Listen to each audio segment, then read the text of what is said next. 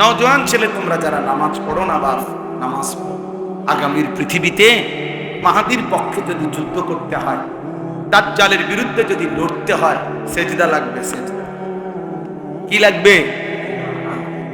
হাদিসে আছে ঈসা আলাইহিস সালাম আসরের নামাজের সময় নেমে আসবে জমিনে, আর ফজরের নামাজ পড়ে ইমাম মাহাদির বাহিনী নিয়ে ফজর পড়ে মাহাদি এবং ঈসা ফজরের মুসল্লি, ফজরের মুমিনদেরকে সাথে নিয়ে দাজ্জালের বিরুদ্ধে চূড়ান্ত শেষ লড়াই নামবে, শুরু করবে, এবং ওই আক্রমণেই ঈসা আলাইহিস সালামের হাতে দাজ্জাল নিহত হবে।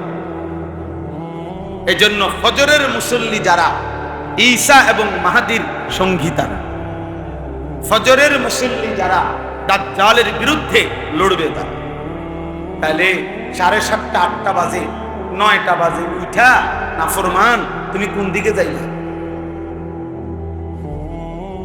বুঝো নাই বাবা? তুমি তো ফজরের নামাজ পড়ো নাই, তো তুমি তো ফজরের মুসল্লিও দেখো নাই, তুমি তো ঈসারও দেখো নাই, তুমি তো মাহাদিকেও দেখো নাই, তো তুমি 9টা বাজে উঠা কি পাই? 8:30 বাজে উঠতে হ্যাঁ কি দেব? মুমিনের বাহিনী তো চলে গেছে যুদ্ধে, নাফরমান তখন পড়ে আছে।